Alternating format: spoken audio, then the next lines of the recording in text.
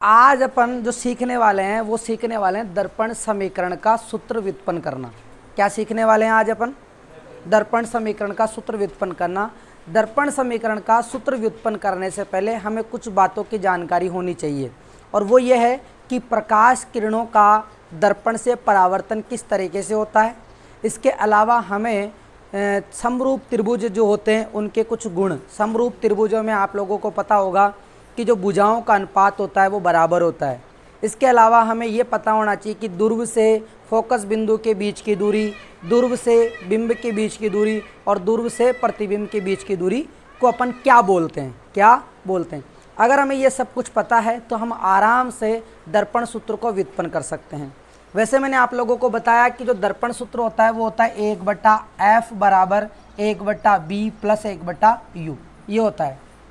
यहाँ पे जो f है वो फोकस दूरी को बताता है, v प्रतिबिंब दूरी को बताता है, u बिंब दूरी को बताता है। ठीक है, हमें यही सूत्र स्थापित करना है कि ये सूत्र आया कैसे। ठीक है, ये सूत्र स्थापित करने के लिए हमें जो चित्र बनाना है वो चित्र पे भी आपको ध्यान देना है कि हमें कौन सा चित्र बनाना है। हमें अवतल दर्पण बनाना है और अवतल दर्पण में बिंब को वक्रता केंद्र से परे रखना है, यानी अनंत और वक्रता केंद्र के बीच में रखना है।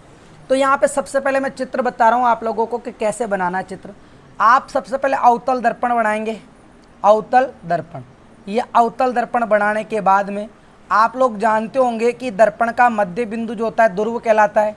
अगर मैं इस गोले को कंप्लीट करूँगा तो इसका केंद्र आएगा यहाँ पे क्या आएगा, इसका केंद्र, और इसके बीचों बीच में क्या आएगा, फोकस बिंदु। और इनको मिलाने वाली जो सरल रेखा होती है उसे अपन मुख्य अक्ष कहते हैं। क्या कहते हैं? मुख्य अक्ष। और हम जो बिंब को रखते हैं, जिस वस्तु को रखते हैं, वो मुख्य अक्ष के ऊपर रखते हैं।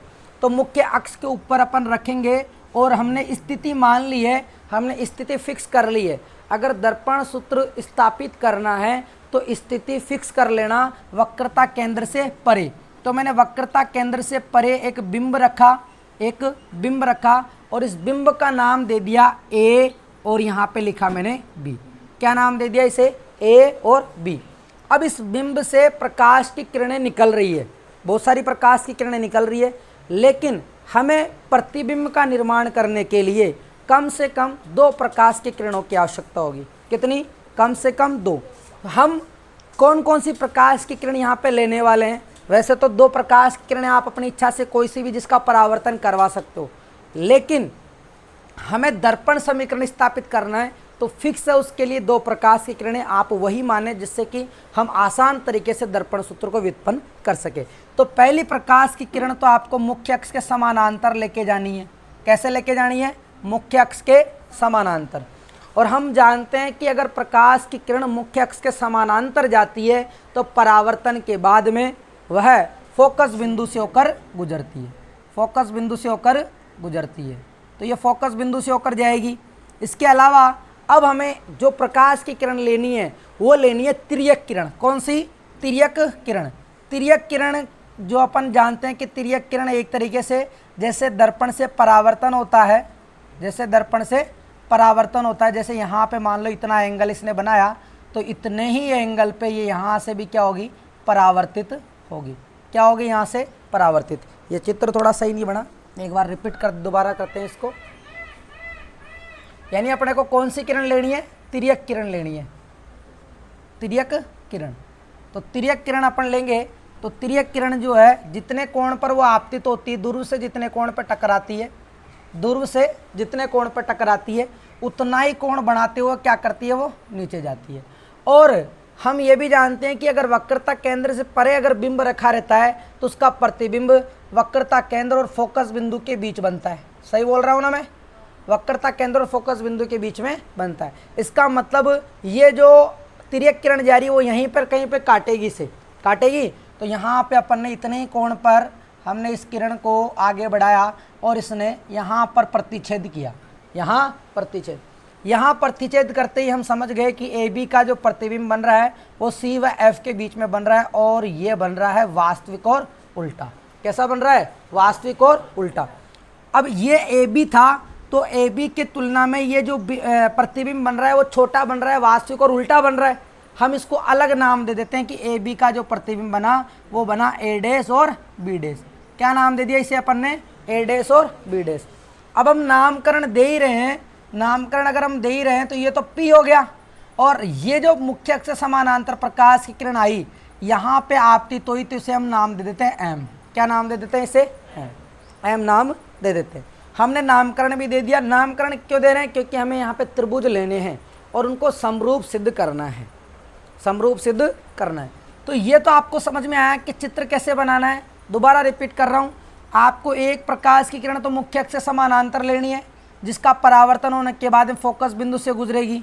दूसरी प्रकाश की किरण आपको तिर्यक किरण लेनी है जो ध्रुव से टकराएगी तो उतने ही कोण पर वापस परावर्तित हो जाएगी, उतने ही कोण पर क्या हो जाएगी, वापस परावर्तित हो जाएगी। इसका कटान बिंदु यहाँ पे मिलेगा यानी सी व एफ के बीच में, तो इसका मतलब प्रतिबिंब जो बन रहा है वो सी व एफ के बीच में बन रहा है। इसको अपन ने क्या नाम दिया, ए डैश और बी डैश, ए डैश और बी डैश।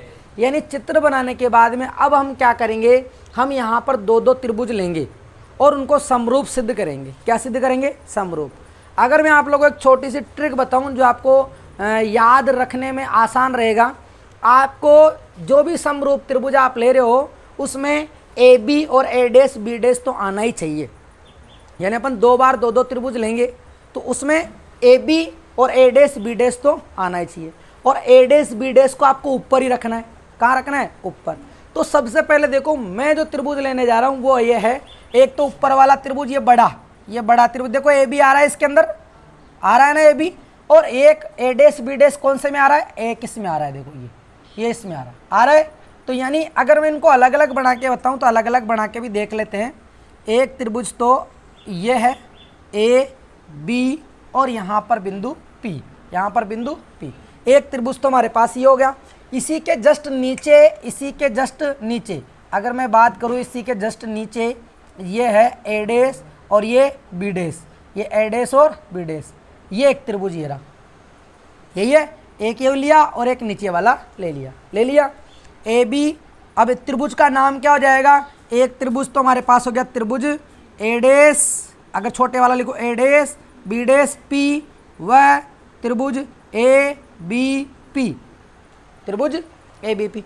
इन दोनों त्रिभुजों को हम समरूप सिद्ध करेंगे। कैसे करेंगे, समरूप का क्या नियम होता है, देखो ये जो भुजा है और ये भुजा है, इनका अनुपात बराबर है, अनुपात बराबर है। यानी अगर ये 4 सेंटीमीटर की है तो ये 2 की होगी, 4/2, और इनकी जो ये लेंथ है वो भी क्या आएगी, बराबर अनुपात में आएगी। तो समरूप होगा कब, तो समरूप सिद्ध करने के लिए हमने देखा कि ये त्रिभुज और ये त्रिभुज में ये भी 90 डिग्री का कोण है और ये भी 90 डिग्री का कोण है, और ये तो है अभी अपन ने देखा परावर्तन हो रहा है यहाँ पे, तो एंगल आई और एंगल आर क्या होते हैं, बराबर होते हैं ना। जब ये और ये कोण बराबर है और ये कोण बराबर है तो तीसरा कोण तो वैसे ही बराबर हो जाएगा, तीसरा कोण तो वैसे ही बराबर हो जाएगा।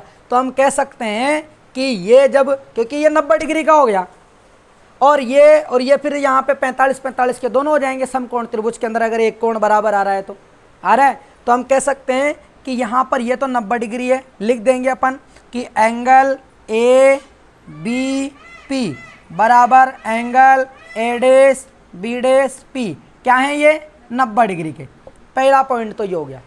दूसरा अपन लिखेंगे, दूसरा अपन क्या लिखेंगे कि एंगल यहाँ पे ये जो एंगल बन रहा है ये कौन सा है, परावर्तन, आपतन कोण और परावर्तन कोण। आपतन कोण और परावर्तन कोण बराबर होते हैं परावर्तन के दूसरे नियम से, तो अपन लिख देंगे एंगल ए पी बी बराबर है किसके, कहाँ से चालू करें, A dash P B dash, angle A dash P और बी डैश। क्या है ये परावर्तन के दूसरे नियम से, किससे हैं ये, परावर्तन के दूसरे नियम से क्या होता है, एंगल आई बराबर क्या होता है, एंगल आर। अतः अगर ये दोनों कोण बराबर है तो ये वाला कोण और ये वाला कोण भी क्या होगा, बराबर। तो हम कह सकते हैं कि त्रिभुज अतः त्रिभुज ए डैश बी डैश पी व त्रिभुज ए बी पी, ये दोनों त्रिभुज क्या है, समरूप। क्या है, समरूप। यानी इनसे कोण कोण कोण, ट्रिपल एस नियम से, ट्रिपल एस तो भुजा का होता है, ट्रिपल ए एंगल एंगल का नियम से क्या हो गई है, सर्वांग में भी वही काम लेते थे। आप तो ये समझो कि अगर ये बराबर आते तो समरूप है, क्या ये समरूप, समरूप मतलब रूप एक जैसा है। देखो इसका रूप एक जैसा है ना, बस भुजाओं का अनुपात ही तो अलग अलग आ रहा है, ठीक है। तो ये ए डेस बी डेस पी व ए बी पी क्या है, समरूप है, क्या है ये समरूप है। अगर ये दोनों त्रिभुज समरूप हैं तो इनका मतलब ये हुआ कि इनकी भुजाओं का अनुपात भी बराबर आएगा।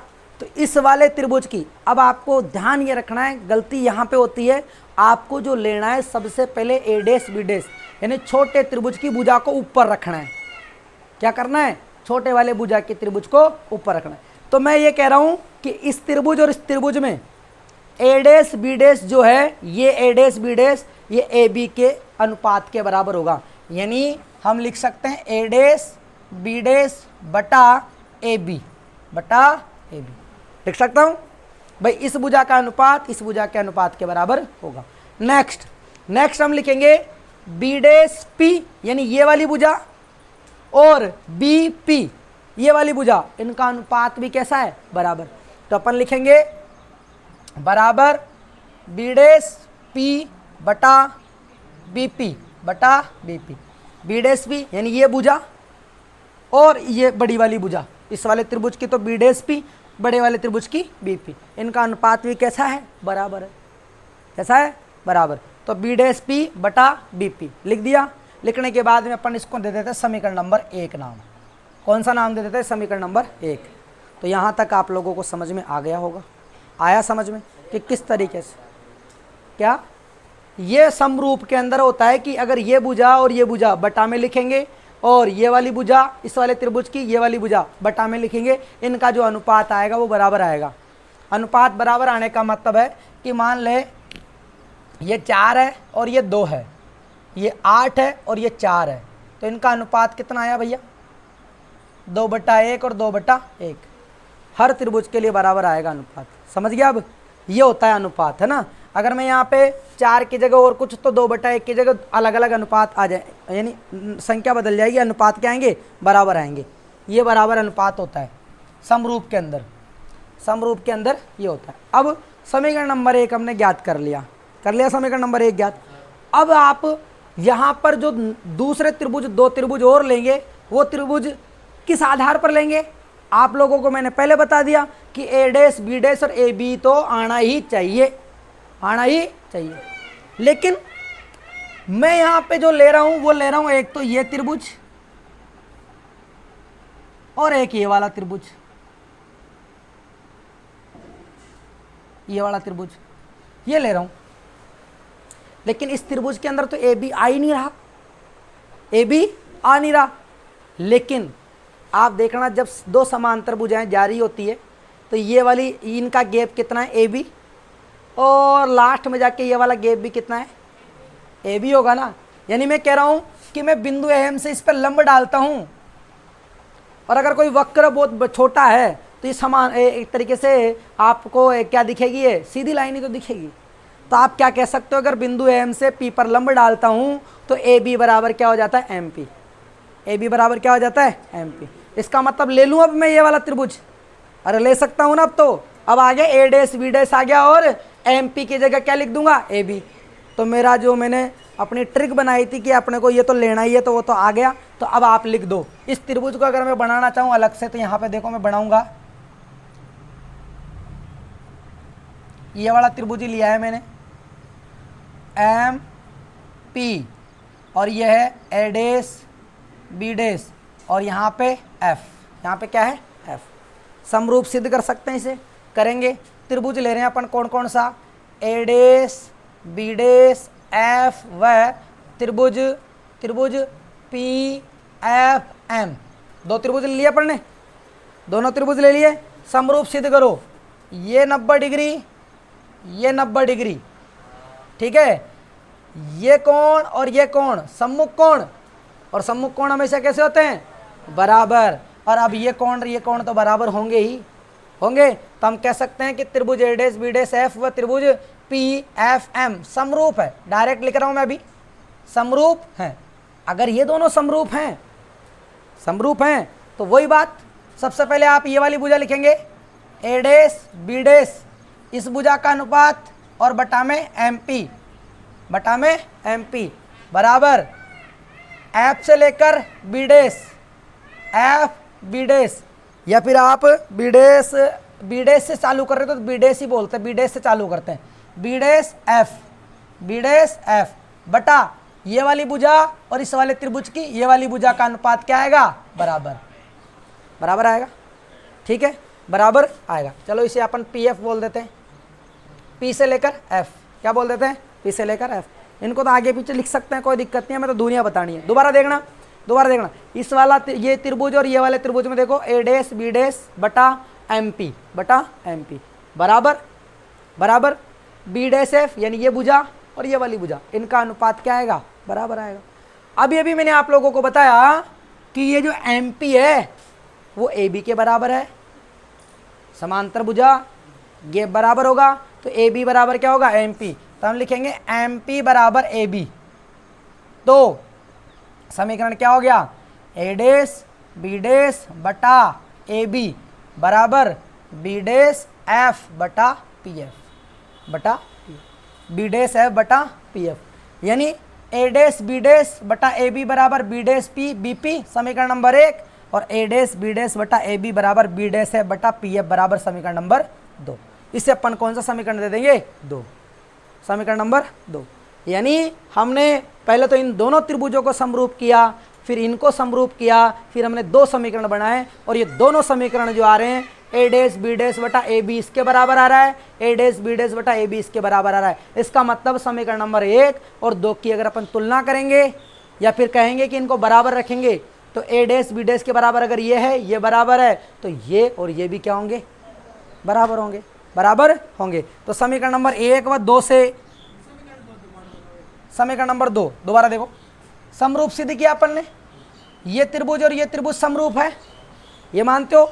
अब हम कहेंगे कि इस वाली भुजा का अनुपात यानी ए डैश बी डैश का जो अनुपात है वो MP, ए डैश बी डैश बटा MP होगा, ए डैश बी डैश MP जो होगा इसका अनुपात जो आएगा वो बराबर आएगा बी डैश एफ और FP के, बी डैश एफ और FP के, या फिर PF बोल सकते हो आप इसे। आया, अब MP जो है ये MP ये AB के बराबर है ना, तो अपन MP की जगह क्या लिख सकते हैं, AB। ठीक है, बस ये लिख दिया। अब आपको समीकरण नंबर 1 व 2 से, समीकरण नंबर 1 व 2 से, समीकरण नंबर 1 व 2 से क्या हो जाएगा, समीकरण नंबर 1 व 2 से बी डैश P बटा BP बराबर क्या लिखा जाएगा, बी डैश F बटा PF, बी डैश F बटा PF। अरे जब इसके बराबर ये है, इसके बराबर ये है, तो ये दोनों भी तो बराबर होंगे, समीकरण नंबर 1 और 2, समीकरण नंबर 1 और 2। तो मैं लिख सकता हूँ क्या, समीकरण नंबर 1 और 2 से, समझ गए, लिख सकता हूँ क्या, ये और ये बराबर होंगे। क्लियर है यहाँ तक, किसी को कोई दिक्कत नहीं है।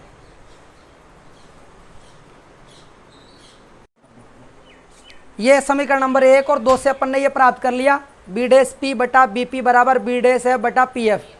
अब हम यानी बी डैश P को तो अपन लिख सकते हैं, बी डैश P को प्रतिबिंब दूरी और B से लेकर P को बिंब दूरी, तो ये तो प्रतिबिंब दूरी आ गया, ये बिंब दूरी आ गई।